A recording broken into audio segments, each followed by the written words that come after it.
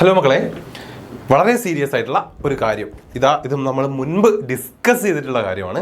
കൊമേഴ്സിൻ്റെ last ഒരു 5-6 വർഷത്തെ result. Okay, നിങ്ങൾക്ക് കൃത്യമായിട്ടുള്ള കണക്കോ കാര്യങ്ങളോ ഒന്നും അങ്ങനെ ഒഫീഷ്യലി നമുക്ക് അവൈലബിൾ അല്ല. എന്നാലും നമുക്ക് കിട്ടിയിട്ടുള്ള റിപ്പോർട്ട്സും കാര്യങ്ങളും വെച്ചുകൊണ്ടുള്ള കണക്കാണിത്. ഓക്കെ, ഇവിടെ നിങ്ങൾക്ക് നോക്കാം 2019. ഇത് മുൻപ് സാർ ഡീറ്റെയിൽ ആയിട്ട് മക്കളോട് പറഞ്ഞു തന്നിട്ടുണ്ട്. 2019 കൊമേഴ്സിൻ്റെ പാസ് റിസൾട്ടാണ് 84.33%.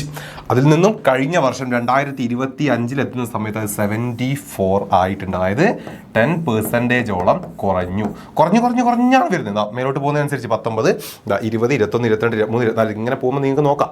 കണ്ടല്ലോ, കുറഞ്ഞു ലാസ്റ്റത്തെ 2 വർഷം നല്ല ഡൗണിങ് ആണ്. 10% കഴിഞ്ഞ വർഷത്തെ റിസൾട്ട്.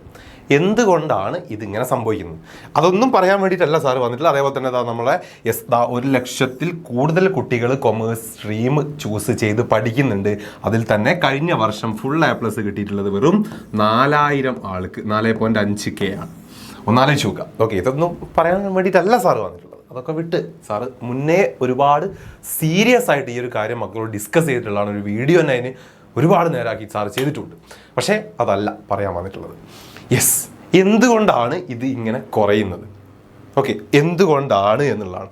സീരിയസ് ആയിട്ടും നമ്മൾ കൊമേഴ്സ് പഠിക്കുന്ന കുട്ടികൾ മനസ്സിലാക്കുന്നില്ല എന്താണ് നമ്മൾ പഠിക്കുന്ന ഈ ഒരു സ്ട്രീമിൻ്റെ ഇമ്പോർട്ടൻസ്, അല്ലെങ്കിൽ എത്രത്തോളം ഇത് ടഫാണ് നമുക്ക് പഠിക്കാൻ എന്നുള്ളത്. അതായത് ഒരു 8, 9, 10 ക്ലാസ്സുകളിൽ പഠിച്ച സെയിം സബ്ജക്റ്റുകൾ +1-ലും +2-ലും പഠിക്കുന്ന ഒരു സയൻസ് സ്ട്രീം സ്റ്റുഡൻസിനെ സംബന്ധിച്ച് പറയുകയാണെങ്കിൽ അവരുടെ അവർക്ക് പരിചയമുള്ള ആ ഒരു സെയിം സബ്ജക്റ്റുകളും കാര്യങ്ങളൊക്കെ തന്നെയാണ്. കുറച്ചുകൂടെ അഡ്വാൻസ് ആയിട്ടുള്ള കാര്യങ്ങളൊക്കെ പഠിക്കുന്നു എന്നല്ലാതെ ഒരു വ്യത്യാസവും ഇല്ലാത്ത ആ ഒരു സ്ട്രീമുകാർ അവരുടെ സ്ട്രീമിന് കൊടുക്കുന്ന ഒരു ഇമ്പോർട്ടൻസ് ഉണ്ട്. പഠിക്കാൻ എനിക്ക് ഒരുപാടുണ്ട്, അത് അങ്ങനെ ഇരുന്ന് പഠിച്ചാൽ എനിക്ക് മാർക്ക് കിട്ടൂ എന്ന് സ്വയം ബോധ്യപ്പെട്ടുകൊണ്ട് അവർ +1 സ്റ്റാർട്ട് ചെയ്യുമ്പോഴേ +1, +2-ന് വേണ്ടി കൃത്യമായിട്ട് അവരിരുന്ന് പഠിക്കുന്നുണ്ട്. അല്ലെങ്കിൽ അത്രത്തോളം സീരിയസ് ആയിട്ട് അവരുടെ സബ്ജക്റ്റിനെ കാണുന്നുണ്ട്. പക്ഷേ ഒരു കൊമേഴ്സ് സ്റ്റുഡൻസിനെ സംബന്ധിച്ച് നമ്മളതിൽ എല്ലാവരും എന്ന് പറഞ്ഞില്ല, ഒരു 80% കുട്ടികൾക്ക് ഇപ്പോഴും കൊമേഴ്സ് എന്ന് പറഞ്ഞാൽ എന്താണ്, അല്ലെങ്കിൽ അതിൻ്റെ സീരിയസ്നെസ് മനസ്സിലായിട്ടില്ല. പലരും +1 കഴിഞ്ഞ് പോകുമ്പോഴും +1-ലത്തെ കൃത്യമായിട്ട് പഠിക്കേണ്ട കാര്യങ്ങൾ പോലും പഠിക്കാറില്ല. അതെന്തുകൊണ്ടാണ്? 8, 9, 10 ക്ലാസ്സുകളിൽ നമ്മൾ പഠിച്ചിട്ടുള്ള ഒരു സബ്ജക്റ്റും നമുക്ക് ഇവിടെ പഠിക്കാനില്ല. ലാംഗ്വേജ് ചോദിച്ചു ഒരു സബ്ജക്റ്റ് നമുക്ക് ഇവിടെ പഠിക്കാനില്ല.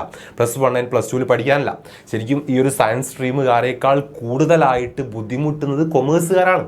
നമ്മളൊരു പുതിയ സബ്ജക്റ്റ് കേട്ട് തുടങ്ങുന്നത് തന്നെ +1-ലെ ആദ്യത്തെ ക്ലാസ്സിൽ വെച്ചാണ്. അക്കൗണ്ടൻസി, ബിസിനസ് സ്റ്റഡീസ്, എക്കണോമിക്സ് എന്നൊക്കെ കേൾക്കുന്നത്. അതും അത്രത്തോളം പഠിക്കാനുള്ള പ്രോബ്ലം കൊണ്ട് ഒരുപാട് നമുക്ക് വർക്കൗട്ട് ചെയ്ത് പഠിക്കാനുള്ള അക്കൗണ്ടൻസി പോലുള്ള സബ്ജക്റ്റുകളൊക്കെയുള്ള കൊമേഴ്സിനെ എന്തുകൊണ്ട് കൊമേഴ്സിലുള്ള ഒരു വിദ്യാർത്ഥി വേണ്ട സീരിയസ്നെസ് ആയിട്ട് കാണുന്നില്ല, അതിനനുസരിച്ച് പഠിക്കുന്നില്ല. സോ ആ ഒരൊറ്റ പോയിന്റാണ് ഓരോ വർഷം കഴിയുമ്പോഴും കൊമേഴ്സിൻ്റെ റിസൾട്ട് ഇങ്ങനെ കുറഞ്ഞു വരാൻ കാരണം. പക്ഷേ ഇത് ഇത്രത്തോളം അറിഞ്ഞിട്ട് കൂടി ഓരോ വർഷം കഴിയുമ്പോൾ ഒരു സ്റ്റുഡൻറ്റിനും ഒരു വ്യത്യാസവും സംഭവിക്കുന്നില്ല എന്നുള്ളതാണ്. നിങ്ങൾ ആ പോയിന്റ് ഒന്ന് മനസ്സിലാക്കി വയ്ക്കുക. ഓക്കെ, പഠിച്ചാൽ മാത്രമേ പാസ്സാവുള്ളൂ. നിങ്ങൾക്കാണ് ഏറ്റവും ബുദ്ധിമുട്ട്, സയൻസുകാർക്കൊന്നും അല്ല. നിങ്ങളാണ് കഴിഞ്ഞ വർഷം അല്ലെങ്കിൽ ഈ വർഷം മുതൽ പുതിയ കാര്യങ്ങൾ പഠിക്കുന്നത് നിങ്ങളാണ്. അത് നിങ്ങൾ ഓർത്ത് വയ്ക്കുക. റെഡി? നമുക്ക് ക്വസ്റ്റ്യൻസ് വരിക, നിങ്ങൾ മനസ്സിലാക്കുക. നമുക്ക് ക്വസ്റ്റ്യൻസ് ഉണ്ടാവുക ഈ ടൈപ്പാണ്. അതായത് കോഗ്നിറ്റീവ് ലെവലാണ് നമ്മുടെ ക്വസ്റ്റ്യൻ പേപ്പേഴ്സ്. ഇതുവരെ അല്ലെങ്കിൽ ഒരു 5-6 വർഷം മുൻപൊന്നും അങ്ങനെ അല്ലെങ്കിൽ കൂടി ഇനിയുള്ള വർഷങ്ങളിൽ ഇങ്ങനെയാക്കി. കഴിഞ്ഞ വർഷം മുതലൊക്കെ ഇങ്ങനെ തന്നെയാണ്. ജസ്റ്റ് ഒരു കൺസെപ്റ്റ് പഠിക്കുക എന്നുള്ളത് മാത്രമല്ല, നമുക്ക് അവിടെ എന്തൊക്കെ ആവശ്യമുണ്ട് ഓർത്ത് വെക്കണം. റിമെമ്പറിങ് വേണം, അണ്ടർസ്റ്റാൻഡിങ് വേണം, അപ്ലൈയിങ് വേണം, അനലൈസിങ് വേണം, ഇവാലുവേറ്റിംഗ് ആൻഡ് ക്രിയേഷൻ വേണം.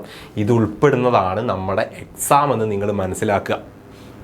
ഓക്കെ, ഇത് വെച്ചുകൊണ്ട് നമ്മളെ വെയിറ്റേജസ് വരുന്നുണ്ട്. മക്കൾക്ക് അവിടെ കൃത്യമായിട്ട് കാണാം. നമുക്കിതാ റിമെമ്പർ ആൻഡ് അണ്ടർസ്റ്റാൻഡിങ് ഏകദേശം 50 and 55% അതിൽ നിന്നാണ് ക്വസ്റ്റ്യൻ വരിക. ദെൻ അപ്ലൈയിങ്ങിലാണ് ഏകദേശം 20 and 25% നമ്മളെ എക്സാം പേപ്പറിൽ ഉണ്ടാവുക. Then analyse and evaluate and creating ആണ് ബാക്കി ഒരു 20 and 25%. ഈ ലെവലാണ്. ഇങ്ങനെയാണ് വെയിറ്റേജ്, ഇങ്ങനെയാണ് ഒരു ക്വസ്റ്റ്യൻ പേപ്പർ, അല്ലെങ്കിൽ ഇതാണ് എന്തെന്ന് നമ്മുടെ എക്സാമിൻ്റെ ഡിസൈൻ. പലർക്കും അറിയില്ല. റെഡി? അതാണ് ഈ കാര്യം ഇതവിടെ കൃത്യമായിട്ട് കൊടുത്തിട്ടുള്ളത്. കോഗ്നിറ്റീവ് ലെവൽ എന്ന് പറഞ്ഞാൽ റിമെമ്പറിംഗ് ആണ്. കൃത്യമായിട്ട് നമ്മൾ ടേം, ഫാക്ട്, ബേസിക് കൺസെപ്റ്റുകൾ, കാര്യങ്ങൾ ഓർത്ത് വെച്ചിരിക്കണം. ഡെഫിനിഷൻസും കാര്യങ്ങളും അത് നമ്മൾ എഴുതണം.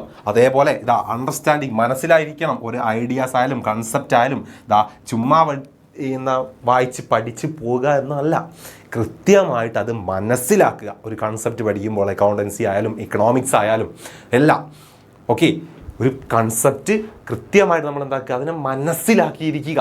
അത് നമുക്ക് അപ്ലൈ ചെയ്യണം. ദെൻ അപ്ലൈ ചെയ്യുക ആപ്ലിക്കേഷൻ ലെവൽ. ഓക്കെ, ഒരു ഇക്വേഷൻസ് ഉണ്ടാവും ആപ്ലിക്കേഷൻ ലെവൽ, നിങ്ങൾ മുൻപേ ചെയ്യുന്നതാണ് മാത്സൊക്കെ. അതുപോലെ തന്നെ അതിൽ കൂടി എന്നല്ലാതെ ഒരു വ്യത്യാസവും എവിടെ വന്നിട്ടില്ല.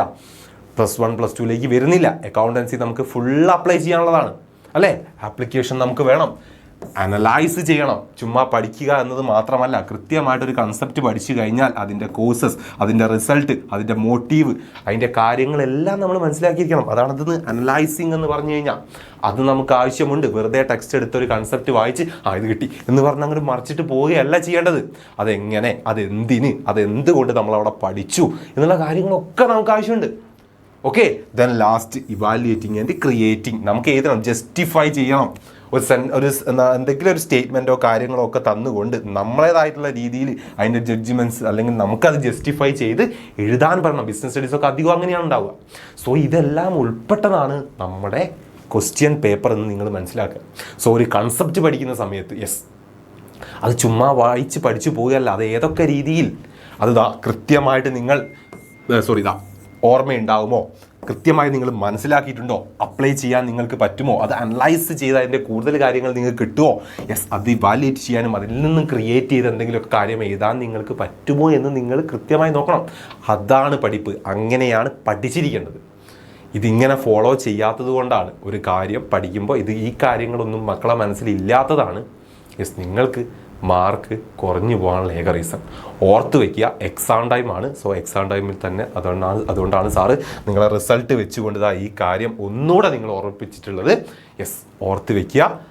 ഇത് മനസ്സിലുണ്ടാക്കിയിട്ട് വേണം പഠിച്ച് മുന്നോട്ട് പോകാൻ വേണ്ടിയിട്ട്. കൊമേഴ്സുകാരെന്ന് പറഞ്ഞാൽ സീരിയസ് ആയിട്ട് തങ്ങൾ പഠിക്കുന്ന സബ്ജക്റ്റിനെ കാണാത്ത കുട്ടികളാണ്. അത് കണ്ടു തുടങ്ങുക. ഓക്കെ, +2 ലാസ്റ്റ് ടൈം ആയിട്ടുണ്ട്. ബൈ.